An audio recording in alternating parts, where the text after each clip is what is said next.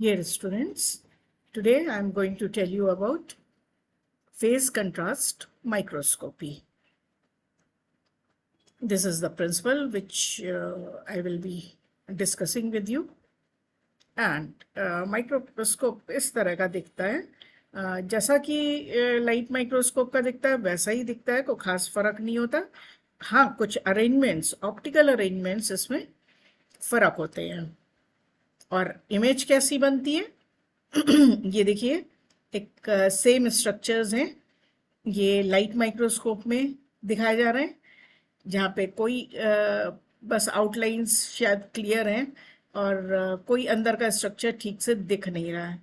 वही अगर हम फेस कंट्रास्ट माइक्रोस्कोपी में देखेंगे तो बहुत से स्ट्रक्चर्स क्लियरली विजिबल हैं और कंट्रास्ट बहुत अच्छा है। लाइट और डार्क का कंट्रास्ट आपको चमकते हुए ऑब्जेक्ट्स डार्क बैकग्राउंड में दिखते हैं। The development of phase contrast microscope has provided an ingenious technique to make highly transparent objects more visible without killing them. इसमें किलिंग की ज़रूरत नहीं होती। लाइट माइक्रोस्कोपी में ऑब्जेक्ट्स स्टेन किए जाते हैं और या फिक्स किए जाते हैं। लिविंग थिंग्स को, लाइक सेल्स को किल किया जाता है बाय फिक्सेशन एंड स्टेनिंग, तो that is not required when we observe them through phase contrast microscope.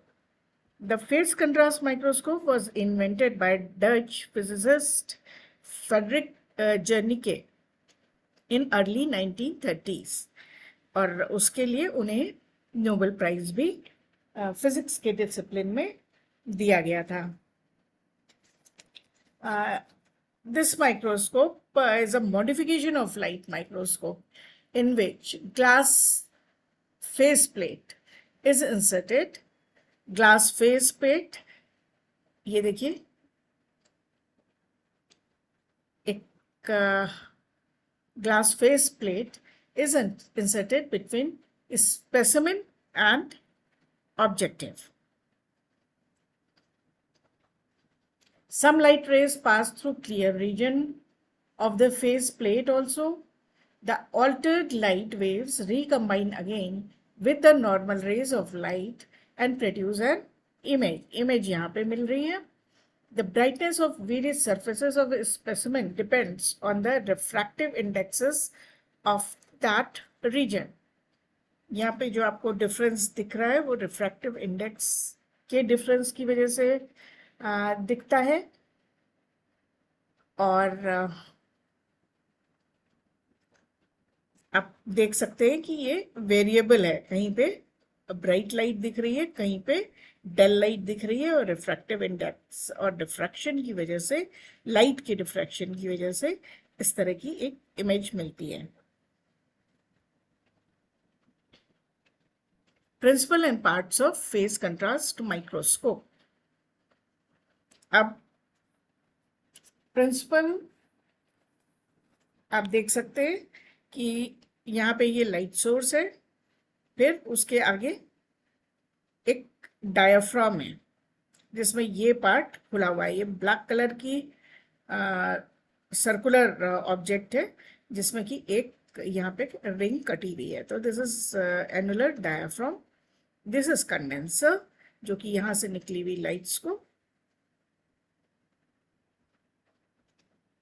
आगे बढ़ाता है और फिर कंडेंस करता है स्पेसिमेन पे। फिर स्पेसिमेन में लाइट टकराती है उसके डिफरेंट पार्ट्स से और उसको क्रॉस करती हुई ट्रांसल्यूसेंट और ओपेक, वो सारे कहाँ से टकरा के कैसे डिफ्रैक्ट और रिफ्रैक्ट होके लाइट आगे बढ़ती है, वो आप ये लाइट देख रहे हैं। कुछ पार्ट लाइट का डायरेक्टली यहाँ आता है जो कि बिना स्पेसिमेन को टच किए भी निकल जाता है। तो वो आप देख रहे हैं वो इस एंड पे है और फिर इसका भी ये एक डिफ्यूज पैटर्न सा बनता है। एक यहाँ से जो लाइट चल रही है वो एक डिफ्यूज लाइट सी होती है और इस रीजन में यहाँ पे आके ये दोनों लाइट्स जो हैं, जो स्पेसिमेन से टकराई है या जो नहीं भी टकराई है वो यहाँ पे आके फिर से मिलती है और फिर से रिफ्लेक्ट होती है, और यहाँ पे फिर आप देख रहे हैं कि रिफ्लेक्ट होके जब ये आगे बढ़ती है तो कुछ पार्ट उसका बाहर चला जाता है जो कि स्पेसिमेन से टकराई ही नहीं है, उनको अनरिटार्डेड लाइट रेज कहा गया है, और ये जो स्पेसिमेन से टकराई हैं वो रिटार्डेड रेज हैं जिनसे कि इमेज बनी है, तो खाली उनकी ज़रूरत है जिनसे इमेज बनी है, तो वो इस दूसरी फेज प्लेट से निकल के इमेज बना लेती है। इसको हम फिर से एक्सप्लेन करते हैं आपको। The phase contrast microscope converts different degrees of phase retardation of light rays passing through a translucent material into amplitude difference to create an image with increased contrast. The phase contrast technique is capable of providing a high contrast image of bacterial cells based on changes in refractive index और light refraction, यहाँ पे जो light का refraction हो रहा है, and not on differential absorption as in bright field microscopy. Bright field microscopy आपको याद होगा, वहाँ पे स्पेसिमेन जो लाइट एब्जॉर्ब करता है उसके डिफरेंट पार्ट डिफरेंट क्वांटिटी में लाइट एब्जॉर्ब करते हैं, which is known as differential absorption of light. तो वो यहाँ पे प्रिंसिपल नहीं है, यहाँ पे प्रिंसिपल है कि उसमें से स्पेसिमेन में से लाइट पास हो जा रही है और पास होने की वजह से उसकी वेवलेंथ बदल रही है, उस डिफरेंट मीडियम से पास होती है, तो उसमें उसकी वेलोसिटी में कमी आ जाएगी, वो डिफर करेगा फेज में, तो ये रिफ्रैक्शन की वजह से जो लाइट आगे जा रही है उससे इमेज बन रही है। Differences in light absorption are often negligible between living cells and their surrounding nutrient medium, as well as between the various intracellular components and plasma membranes, rendering these entities barely visible when observed by bright field illumination. Phase contrast microscopy takes advantage of minute refractive index differences within cellular components and between unstained cells and their surrounding aqueous medium to produce contrast in these and similar transparent specimens. क्या कहा गया? जब light microscopy होती है और यहाँ पे specimen रखा हुआ है, तो फॉर एग्जांपल सेल है, तो उसके डिफरेंट कंपोनेंट्स, उसके डिफरेंट ऑर्गेनेल्स डिफरेंट क्वांटिटी की लाइट एब्जॉर्ब कर लेते हैं और बची हुई लाइट ट्रांसमिट आउट कर देते हैं, जिससे कि इमेज बनती है। यहाँ पे ब्राइट फील्ड से ये स्पेसिमेन इल्यूमिनेटेड नहीं है, और जो लाइट है वो डिफरेंट ट्रांसल्यूसेंट पार्ट से निकल भी रही है, और उनमें चूंकि आपस में रिफ्रैक्टिव इंडेक्सेस का डिफरेंस है। फॉर एग्जांपल सेल है तो उसमें एक ऑर्गेनेल से रिफ्रैक्ट होने वाली लाइट दूसरे ऑर्गेनेल से रिफ्रैक्ट होने वाली लाइट से फर्क होगी, उसका रिटार्डेशन फर्क होगा, रोकी अलग अलग तरीके से जाएगी और लेकिन निकलेगी और आगे बढ़ेगी, तो उनमें फेज कंट्रास्ट आ जाएगा, वो आपस में एक दूसरे से थोड़ी अलग होंगी, उनकी स्पीड अलग होगी, थोड़ी डिलेड होंगी, एक फ्रैक्शन ऑफ सेकेंड्स का जो भी डिले होगा उसकी वजह से उसमें कंट्रास्ट आ जाएगा। और ये जो रिफ्रैक्टिव इंडेक्सेस है वो बहुत माइन्यूट होते हैं, और उनकी वजह से जो अल्टीमेटली इमेज बनती है वो अलग अलग दिख पाती है। लेकिन यही चीज़ अगर ब्राइट लाइट में इल्यूमिनेट की जाए तो फिर एब्जॉर्प्शन का डिफरेंस इतना कम होता है कि उनको अलग अलग देखना पॉसिबल नहीं होता है. The light wave transmitted by the material can exist in two forms: unretarded and retarded when compared to incident light. Incident light के comparison में वो retarded या unretarded हो सकती है. Retardation may result in transmission of many different rays with different angles. Obviously यहाँ पे specimen है, उसके माइटोकॉन्ड्रिया में से निकलने वाली रेज किस डायरेक्शन में मुड़ गई, रिफ्रैक्शन कैसा हुआ, गोल्गी बॉडी से निकलने वाली रेज का कैसा रिटार्डेशन हुआ, कैसे रिफ्रैक्टिव इंडेक्स, कितना रिफ्रैक्शन हुआ, वो अलग होगा. साइटोप्लाज्म में से निकलने वाले रेज का भी रिफ्रैक्टिव इंडेक्स बाकियों के रिफ्रैक्टिव इंडेक्स से अलग होगा या रिफ्रैक्शन अलग होगा, डिफरेंट एंगल्स पे होगा. Retardation is also called a phase change.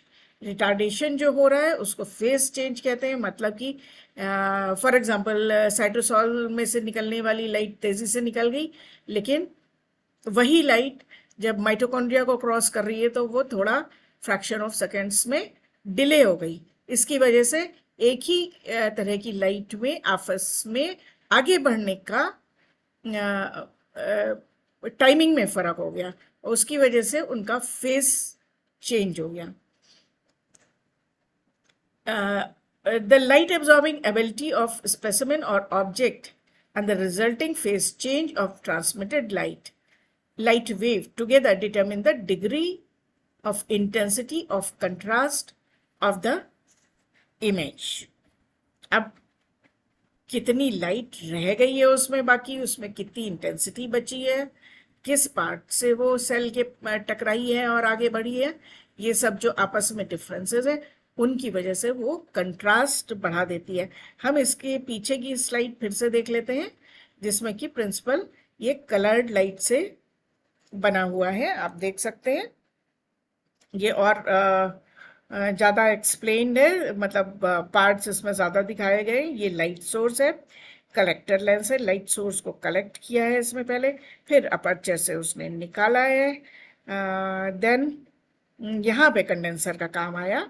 ये दिस इज कंडेंसर, और उसने कंडेंस करके, कंडेंसर ये आपको दिखाया था ब्लैक डिस्क है जिसके कुछ पार्ट्स ओपन है जिसमें से कि लाइट पास हो सकती है. ठीक है, फिर कंडेंसर एक और लेंस लगा है, ये कलेक्टर लेंस था, ये कंडेंसर लेंस है.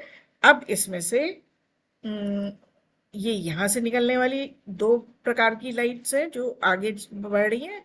रेंज है ये पूरा फैला हुआ है, यहाँ से यहाँ तक हर डायरेक्शन में लाइट जा रही है जिसको कि ये आगे बढ़ाएगा तो भी कुछ लाइट रेज जो है वो अल्टीमेटली कंडेंस नहीं हो पाएंगी. बाहर निकलने वाली भी जो सिंपली ये स्पेसिमेन की जो स्लाइड है उससे टकरा के आगे निकलेंगी, लेकिन जो मुड़ के बेंट होके यहाँ पे निकल रही हैं ये इनके सामने सेल्स टाइप के ट्रांसल्यूसेंट मटेरियल रखे हुए जिसमें से कि वो पास होगी, और पास होगी तो उसमें डिफ्रैक्शन होगा, रिफ्रैक्शन होगा.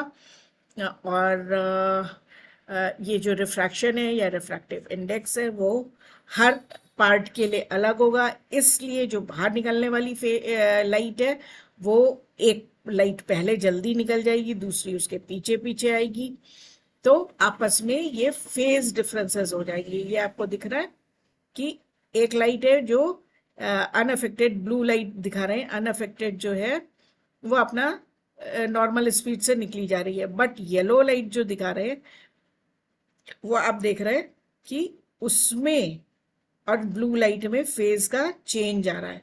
फिर तीसरी एक और लाइट है वो और रुक के, रिटार्ड होके और रुक के निकल रही है, तो इनका एम्पलीट्यूड तो बराबर है, लाइट तो वही है, मगर वो डिफरेंट स्पीड से आगे बढ़ रही है उसी शेप में. अब ये अल्टीमेटली निकलेगी, कितना टकराई, क्या मैसेज लेके आगे निकली, उससे वहाँ पे इमेज बन जाएगी. और फिर ये फेज प्लेट है, रिटार्डेशन प्लेट है, ये कलेक्ट करेगी. ये इस वाले जो जिसने इमेज नहीं बनाई है उस लाइट को को भी वो यहाँ पे मर्ज कर देगी दोनों से, तो इमेज बन जाएगी। ठीक है, जो और भी और ऊपर का जो भी और इससे ज़्यादा जो लाइट है जो एकदम ही बाहर निकल गई है, जो कि आपने नेक्स्ट स्लाइड में देखी थी, वो वो पार्ट नहीं लेगी इमेज बनाने में। ठीक है, एक अनरिटार्डेड पार्ट होगा जो कि लेंस के एकदम बाहर ही इस तरह से है, तो ज़रूरी नहीं है कि वो यहाँ पे स्पेसिमेन से टकराया हुआ है इसलिए वो इमेज नहीं बना रहा है, वो बाहर चला जा रहा है, लेकिन उसका असर, लाइट का असर, मतलब क्या कहना चाहिए, जो लाइट या उजाला है उसका तो असर होगा स्पेसिमेन पे, तो वो यहाँ पे हो गया। फिर भी जिसने पार्ट नहीं लिया या जैसे पार्ट लिया है वो हटा दी गई और खाली इतने पार्ट से ये इमेज बन गई। So this was the principle. अब पार्ट्स देख लेते हैं, components of phase contrast microscope. तो हमने बताया आपको कि ये लाइट माइक्रोस्कोप का वेरिएशन ही है। सो जहाँ पे चेंज आया है वो हम डिस्कस करेंगे। ये लाइट सोर्स तो कॉमन लाइट सोर्स है, इसमें दो मेजर कंपोनेंट्स हैं, एनुलर डिस्क एक एडिशनल है और फेस प्लेट एक एडिशनल है। एनुलर डिस्क या डायाफ्राम या aperture stop, it is a disc with transparent circular ring, annulus, transparent circular ring. It is placed just below the condenser. ये यहाँ पे दूर दूर दिखाया जा रहा है मगर ये पास पास हो एकदम पास में होती है। The function is to transmit hollow beam. अब आप इमेजिन करिए कि लाइट तो चारों ओर आ रही है मगर यहाँ और यहाँ से लाइट बंद कर दी गई है, बस ये लाइट यहाँ, ये मैक्सिमम लाइट है जो इसमें से पास हो रही है आगे बढ़ने के लिए। तो एक हॉलो बीम ऑफ लाइट और to produce an annular of light और रिंग ऑफ लाइट यहाँ पे आगे बढ़ रही है, ring of light. It avoids hitting of bright light rays on the object. Purpose ये है कि ब्राइट लाइट अगर हम इसको हटा दें तो बहुत तेज तीखी लाइट, इस बल्ब की पूरी लाइट यहाँ पे स्पेसिमेन को हिट करेगी, जिसको कि अवॉइड किया गया। तो ये यहाँ से यहाँ तक, यहाँ से यहाँ तक एंटर करने वाली लाइट एक रिंग के फॉर्म में आगे बढ़ेगी, जिसको कि ये फर्दर कंडेंस करके स्पेसिमेन में डालेगा। फिर उसके बाद फेज प्लेट, ये एक नई चीज है इसमें। It is a black ring, it is placed in the rear focal end of the objective lens. Objective lens के बाद इसे रखा गया है। It will block the unretarded rays from entering into the objective. ये unretarded को objective में घुसने नहीं देंगी। It can retard or advance the phase of light waves traversing it. ये फर्दर रिटार्ड कर सकता है या उनको आगे बढ़ने देगा जो इमेज बनाने वाली लाइट्स है। The diameter of annular disc and face plate should be और nearly identical so that face plate can be superimposed. इन दोनों को एक साइज का होना चाहिए, superimposed on annular disc. इसको इसके ऊपर इस तरह से किया जाना चाहिए कि इनके जो लाइट वाले रीजन्स हैं जो मतलब एक दूसरे पे पूरी तरीके से आ जाने चाहिए। सुपर इम्पोज करने का मतलब कि एक दूसरे से बिल्कुल मैचिंग होनी चाहिए उनकी। With the help of telescopic eyepiece whose eyes lens can be moved up and down, the image of the annular disc and face plate can be seen and both can be superimposed. अब आप यहाँ पे eyepiece होता है image plane के बाद, तो telescopic lens होता है यहाँ पे जो कि आगे पीछे करके एडजस्ट किया जा सकता है और उससे हमें इसकी इमेज भी दिखेगी। इसकी अगर स्पेसिमेन नहीं रखा है तो इन दोनों की आपस में इमेज दिखेगी लाइट जलाने पे, तो फिर उसकी सहायता से एडजस्टमेंट्स किए जा सकते हैं कि ये दोनों एक एक के ऊपर एक एग्जैक्टली आ जाए. When the face plate is superimposed on annular disc, a hollow concentration of light is produced. जब दोनों एक दूसरे पे सुपर इम्पोज होंगे तो एक गोले वाली लाइट प्रोड्यूस होगी. Face plate permits entry of only retarded rays, light rays. Unretarded rays are prevented. So the primary image formed by the objective lens has only retarded light rays. The light rays coming from center of the face plate will give a very crisp image when compared to that of periphery. यहाँ से centre से एक बहुत अच्छी सी crisp image बनेगी, ना कि यहाँ वाली जो लाइट आ रही है उसको, तो उसको हटा भी दिया गया है. In bright field microscope, both unretarded and retarded light rays are received, and as unretarded rays have high intensity, the objects with high intensity contrast can be viewed clearly. Whereas in phase contrast microscope, the retarded light rays are allowed to form images, hence poor intensity contrast objects can be viewed. फर्क देखिए light microscope और face contrast microscope का क्या है कि bright field microscope में retarded on और अनरिटार्डेड light rays दोनों को यहाँ पे इस एंड पे रिसीव किया जाता है, और अनरिटार्डेड रेज की इंटेंसिटी बहुत ज़्यादा होती है. एंड तो उस केस में जो ऑब्जेक्ट्स जिनमें कंट्रास्ट ज़्यादा है वो बहुत अच्छे से दिख जाते हैं. जिनमें ऑलरेडी कंट्रास्ट ज़्यादा है वो दिख जाते हैं. जिनमें कंट्रास्ट आपस में नहीं ज़्यादा है, मतलब बैकग्राउंड से और इमेज के बीच में चेंज ऑलरेडी बहुत डिफाइंड है, क्लियर है, वो तो दिख जाएगा. लेकिन जिनमें आपस में बहुत कम डिफरेंस है वो नहीं दिखेगा. फेस कंट्रास्ट माइक्रोस्कोप जो चूंकि रिटार्डेड लाइट, तेज लाइट से बनती ही नहीं है इमेज, तो पुअर इंटेंसिटी के कंट्रास्ट वाले ऑब्जेक्ट भी आपस में अलग अलग दिखाई देंगे. कहने का मतलब ये है कि जो चीज इसमें नहीं दिख रही है वो उसमें दिख जाएगी. Face contrast produces an image with highly contrasting bright and dark areas against a neutral grey background. आपको अगेन हम ये दिखाते हैं images.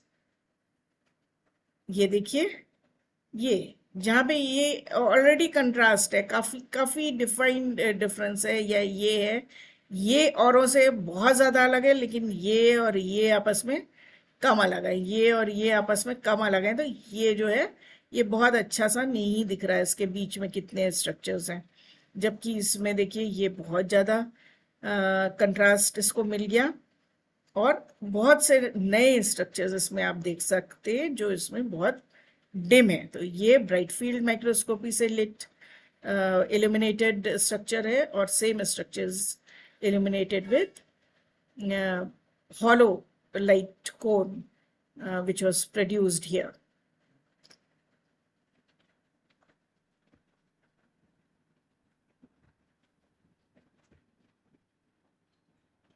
Phase contrast produces an image with highly contrasting bright and dark areas against neutral gray background. As a result, internal structures of cells is often better visualized by phase contrast microscopy than with bright field optics. When the deviated and undeviated light is combined by the objective, they differ in phase by 1/2 wavelength. अब phase खाली 1/2 नहीं होंगे, कई तरीके के phases हो सकते हैं. Hence the background will appear dark. The actual intensity depends on the relative intensities of the deviated and undeviated light. the object itself introduces a difference because its refractive index differs from that of the medium. This phase difference, when superimposed on the difference created by the phase plate, results in the loss of destructive interference.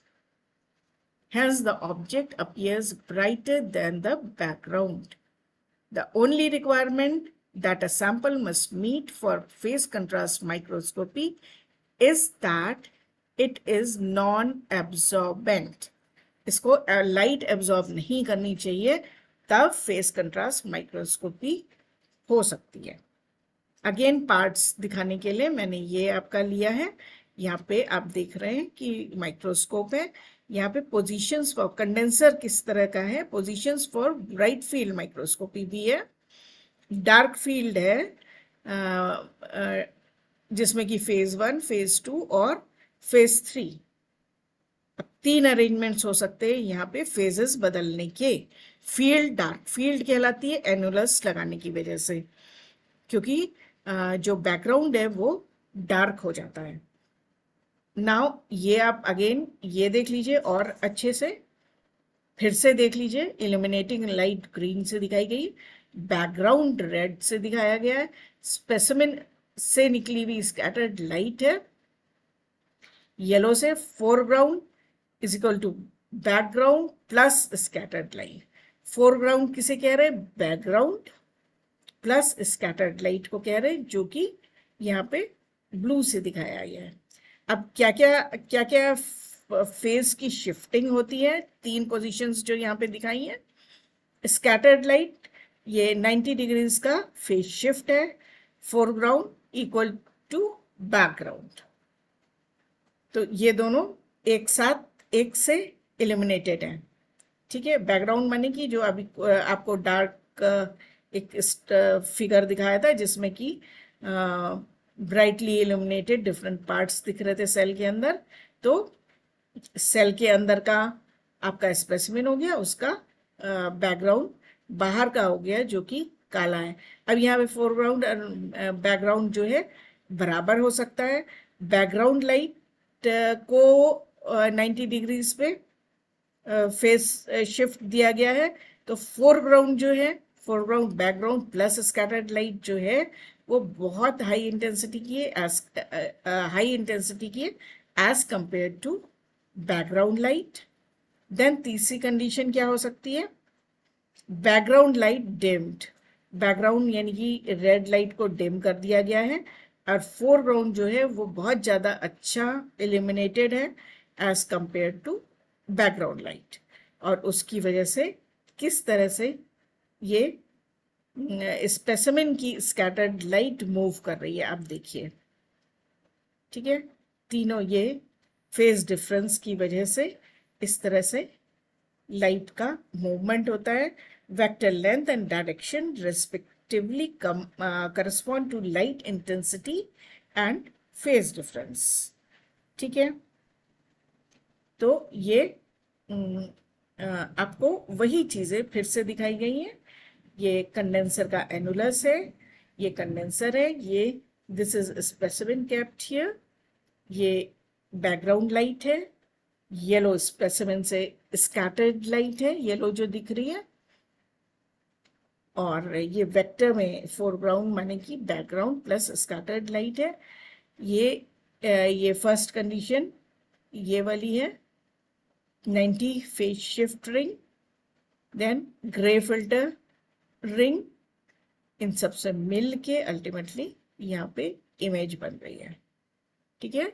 तो this is phase contrast microscopy.